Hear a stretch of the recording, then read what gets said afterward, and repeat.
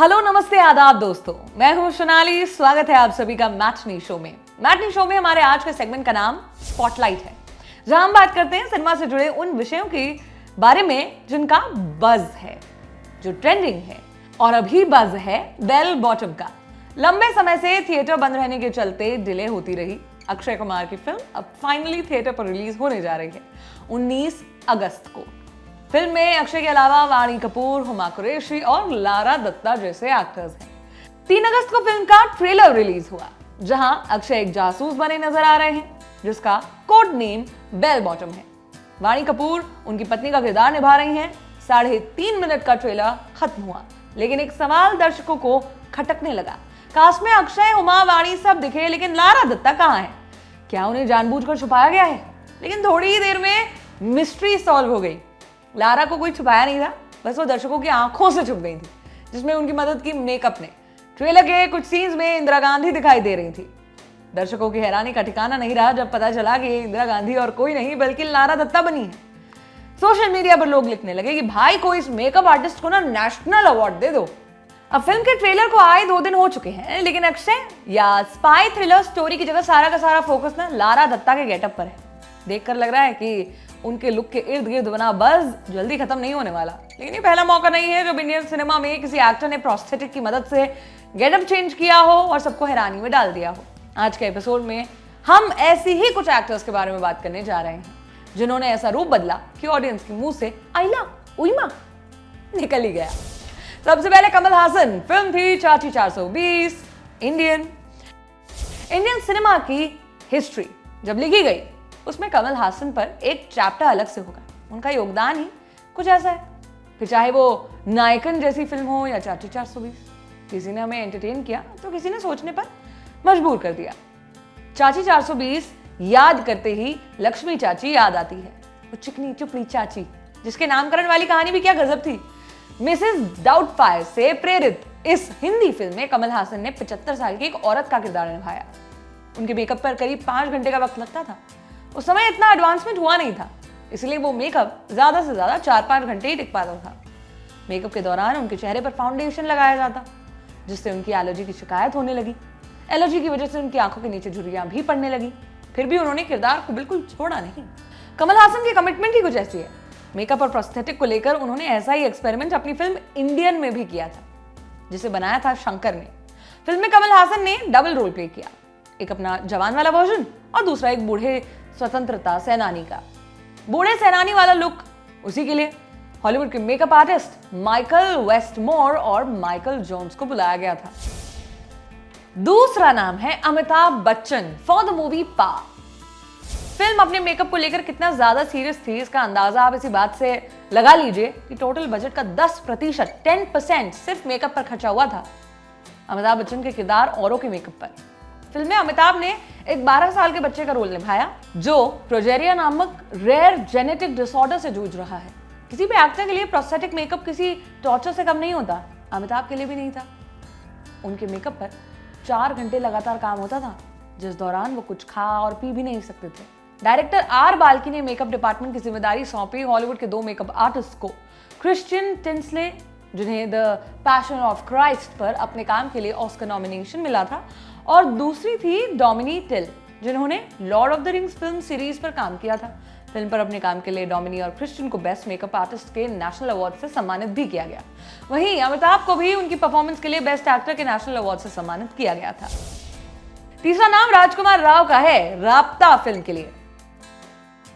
राजकुमार राव वो एक्टर जो किरदार के हर ट्रेट को अपना बना लेते हैं, उनकी स्किन में ढाल लेते हैं, वो भी बिना किसी एफर्ट के।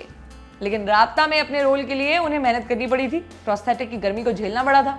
फिल्म में राजकुमार ने एक 324 साल के आदमी का किरदार निभाया था, बूढ़ा, चेहरा एकदम और लटका हुआ, और जिसकी चाल में थकान थी। यूं तो फिल्म में राज का सिर्फ गेस्ट अपीयरेंस ही था, फिर भी उन्होंने अपने किरदार के लिए 16 लुक टेस्ट दिए थे। अंत में डायरेक्टर दिनेश विजन के साथ बैठकर एक लुक फाइनल कर डाला।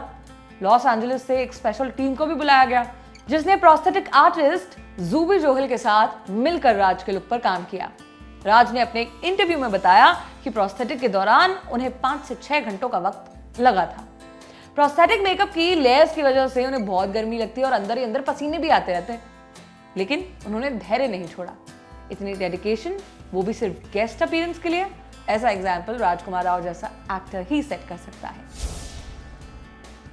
चौथा नाम है विक्रम, फिल्म आई। विक्रम सिर्फ एक एक्टर नहीं, एक बहरूपी है जिन्हें लीग से हटकर किरदार चुनने का एक अलग ही चस्का है, और वो ऐसा पैसों के लिए नहीं करते हैं। बस एक बार उन्हें कोई किरदार पसंद आ जाए, फिर कोई कसर नहीं छोड़ते वो, चाहे वो खुद को ही शारीरिक या मानसिक प्रताड़ना देना क्यों ना हो। शंकर की आई में भी उन्होंने ऐसा ही किया। यहाँ उन्होंने लिंगेसन नाम के बॉडी बिल्डर का किरदार निभाया। आगे चलकर जिसका शरीर खराब हो जाता है और वो कुबड़ा बन जाता है, बॉडी बिल्डर वाले लुक के लिए वेट बढ़ाया, फिर तुरंत कुबड़े वाले पार्ट के लिए उसे घटाया भी। जब भी उनके कुबड़े वाले मेकअप में सीन होते तब वो सेट पर पहले आ जाते, सबसे पहले, और सबसे आखिर में जाते। ऐसा इसीलिए क्योंकि उनके मेकअप में करीब 14 घंटे का वक्त लगता था और उसे हटाने में 7 घंटे लग जाते थे। जब फिल्म से उनके लुक की फोटोज रिलीज हुई तो उनके फैंस डर गए कि विक्रम अपनी बॉडी के साथ क्या कर रहे हैं, लेकिन उनके जुनून के पक्के विक्रम ने किरदार के अलावा किसी और बारे में सोचा ही नहीं और अपना बेस्ट डिलीवर कर दिया। पांचवें, ऋतिक रोशन, फिल्म धूम 2 के लिए। धूम 2 का आर्यन, वो शख्स जिसने चोरी जैसे अपराध को भी सबके लिए कूल बना दिया। उसका अंदाज ही कुछ ऐसा था, कभी मोम का पुतला बनकर, कभी बूढ़ी औरत बनकर, तो कभी जैनिटर बनकर। हर बार जय और अली को चकमा दे जाता था। जब मेन स्ट्रीम सिनेमा में प्रोस्थेटिक मेकअप इतना कॉमन नहीं था, उस दौर में ये कमाल कर दिखाया था जेन गिलिंग्स ने। उन्होंने आगे जाकर नेटफ्लिक्स की सीरीज क्राउन पर भी काम किया। ऋतिक को किसी भी लुक में पहचान पाना बहुत मुश्किल था। फिल्म में वो इंटरनेशनल लेवल के चोर बने हैं। ऐसा मंझे हुए चोर की तैयारी किस स्तर की होनी चाहिए, इसका आइडिया उसके गेटअप से लग जाता है। अगला नाम है विजय सेतुपति, फिल्म सीता कादी। फिल्म में विजय सेतुपति ने एक 70 साल के आदमी का किरदार निभाया। प्लैनेट ऑफ द एप्स और ड्राइविंग मिस डेजी जैसी फिल्मों पर काम कर चुके academy award winning makeup artist Kevin हैनी को विजय के किरदार का मेकअप डिजाइन करने के लिए बुलाया गया। अब प्रोस्थेटिक मेकअप के साथ सबसे बड़ी प्रॉब्लम यह है कि मेकअप करते वक्त अगर आप जरा सा भी हिल जाते हैं ना तो कई घंटों की मेहनत बेकार हो जाती है। शुरू से मेकअप करना पड़ जाता है। विजय के मेकअप पर करीब 4 घंटे लगते थे। बाद में उसका आधा वक्त मेकअप को हटाने में जाता था। इस पूरे प्रोसेस के दौरान विजय एक मूर्ति की तरह बैठे रहते, न बेचैन होते और न ही किसी तरह की हड़बड़ाहट मचाते। मेकअप टीम को अपना काम शांति से करने देते। 7वां नाम है फिल्म कपूर एंड सन्स के लिए ऋषि कपूर का। जब सीता कादी की न्यूज बाहर आई तो बताया गया कि फिल्म में विजय सेतुपति मल्टीपल लुक्स में दिखेंगे और उनके मेकअप की जिम्मेदारी दी गई अकेडमी अवार्ड से सम्मानित मेकअप आर्टिस्ट ग्रेग कैनम को। लेकिन ये न्यूज गलत निकली जब बाद में पता चला कि फिल्म पर ग्रेग नहीं बल्कि केविन काम कर रहे हैं। तो फिर ग्रेग कैनम कौन है? वो मेकअप आर्टिस्ट जिन्होंने कपूर एंड सन्स पर काम किया, वो आर्टिस्ट जिन्होंने ऋषि कपूर को 90 साल का बुजुर्ग बना दिया। ऋषि जी के मेकअप पर रोज 5 घंटे लगते थे, जिसके बाद उन्हें वो मेकअप करीब 14 घंटों तक पहने रहना पड़ता था। उसी के साथ अपने सीन्स फिल्म करने होते थे। एक पॉइंट के बाद ये ऋषि जी के लिए इतना फ्रस्ट्रेटिंग बन गया कि उन्होंने फिल्म तक छोड़ने का मन बना दिया था, लेकिन किसी वजह से उन्होंने बैकआउट नहीं किया और डिलीवर किया, और नतीजा हम सबके सामने है। कपूर एंड सन्स आने के 2 साल बाद ही ग्रेग ने अपना 4था अकेडमी अवार्ड जीता था, फिल्म वाइस पर अपने काम के लिए। 8वां नाम है शाहरुख खान का, फिल्म फैन। वो फिल्म जहां शाहरुख ने खुद को चैलेंज किया, अपने स्टार स्टेटस को चैलेंज किया। एक एक्सपेरिमेंट करके फिल्म में शाहरुख अपने ही फैन बन गए। एक सुपरस्टार है आर्यन खन्ना और एक है उसका फैन 25 साल का लड़का गौरव। दोनों रोल में शाहरुख खान दिखाई दिए। फिल्म के डायरेक्टर मनीष शर्मा जानते थे कि प्रोस्थेटिक की मदद से किसी को भी उम्र दराज बनाना बहुत मुश्किल काम नहीं, लेकिन तब प्रोस्थेटिक मेकअप क्या करेगा जब किसी को उसकी उम्र का बिल्कुल आधा दिखाना हो, मतलब आधी उम्र का बनाना हो। यही सवाल लेकर वो कई सीनियर मेकअप आर्टिस्ट के पास गए, लेकिन किसी ने उनकी सुनी ही नहीं। फिर सीन में एंट्री हुई ग्रेग कैनम की। सवालों के जवाब दिए अपने काम के जरिए। डर, दीवाना, फौजी जैसे प्रोजेक्ट से शाहरुख का रेफरेंस लिया गया और उसे ग्रेग ने मिक्स एंड मैच किया ब्रैड पिट के चेहरे के साथ। रिजल्ट सभी को पसंद आया और ऐसे मिला फैन को अपना गौरव। गर्मी को झेलते हुए शाहरुख को अपने मेकअप के दौरान घंटों बैठना पड़ता था। अगला नाम है नवाजुद्दीन सिद्दीकी। फिल्म थी मॉम। 2017 में आई फिल्म मॉम। इसकी कहानी एक माँ की थी जो अपनी बेटी को ढूंढने निकली है। अपनी तलाश के दौरान उसे दयाशंकर कपूर नाम का अजीबोगरीब एक शख्स मिलता है, उबड़ खाबड़ दांत जो बाहर की ओर निकले हुए हैं, लंबा चमकता माथा जिसके शुरुआती हिस्से से बाल कब का वास्ता छोड़ चुके हैं। दयाशंकर कपूर यानी डीके, वो शख्स जो इंसान की राख से उसकी कुंडली निकाल ले। फिल्म में डीके का किरदार निभाया नवाजुद्दीन सिद्दीकी ने। जब ये न्यूज आई कि नवाज भी फिल्म का हिस्सा है तो लोग उन्हें ट्रेलर में ढूंढने लगे। बाद में पता चला कि भगवान हर जगह नहीं होते, इसलिए उसने मां बनाई डायलॉग बोलकर। मेट्रो में चढ़ने वाला दयाशंकर कोई और नहीं बल्कि नवाज ही थे।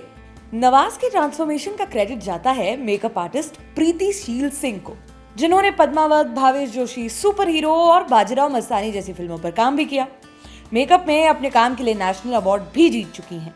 फिल्म नानक शाह फकीर के लिए मॉम के दौरान प्रीति शील को नवाज के गेटअप पर करीब 4 घंटे का वक्त लगा था, लेकिन उन 4 घंटों की मेहनत के बाद सेट पर किसी भी नए शख्स के लिए नवाज को पहचान पाना बहुत मुश्किल था। खैर, आज के एपिसोड में आपके लिए इतना ही। मुलाकात होगी मैटनी शो के अगले एपिसोड में। तब तक के लिए बने रहिए हमारे साथ, देखते रहिए दी ललन टॉप। मैं हूं सोनाली, शुक्रिया। विद और विदाउट मेकअप आप जरूर खूबसूरत हैं।